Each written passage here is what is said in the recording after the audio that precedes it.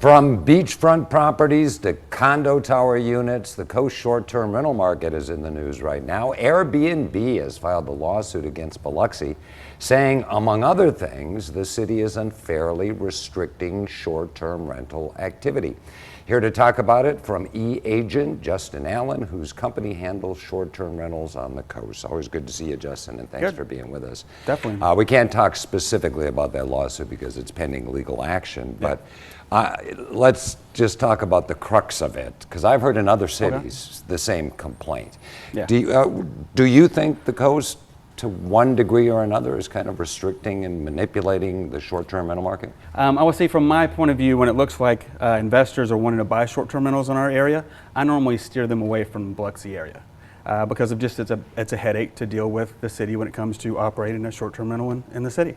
What about the Gulf ports and the Ocean Springs and the Pass Christians, Bay St. Louis? No, not so much, right? I feel like some cities are inviting more investors and short-term rentals in, and they're kind of working through the issues. Where I've always saw that Biloxi was always kind of like a not here kind of a situation, and it was early on, right? 2016 when they started that.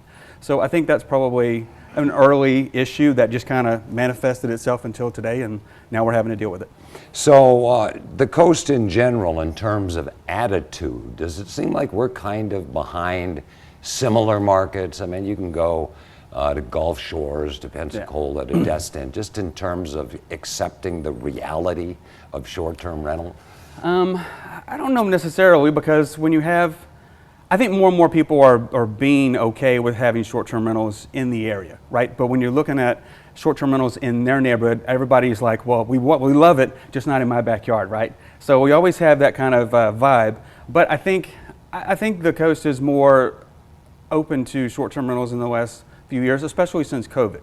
I think that we've kind of had to shift since COVID in a lot of different ways, and I think short-term rentals, just is one of those. Who owns these units? Is it a combination of out-of-town investors and local folks who are investing?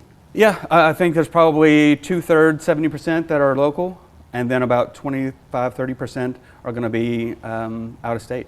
But we're starting seeing a lot of those people came in 21, 22, when the money was easy during that period of time, and now I think they were looking for easy management, easy money, and now everything has got to a point where the renters or the guests are looking for more quality than quantity, and I think they're having to kind of now sell because of higher insurance rates. There are more Airbnbs or short-term rentals on the market, so they're having to compete more. So I think that kind of easy money's dried up, and now we're starting to see some of those investors sell in the market. And finally, a little more on that. How is it a good investment right now on this coast? You think? I do. Are they doing well? Well, it depends, right? So it depends on where you buy it. Location, of course, matters like anything.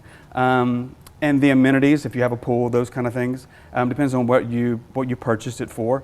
But I do think right now is probably a good time to buy the right Airbnb for a long-term hold, because I do think the coast will see better rates in the future.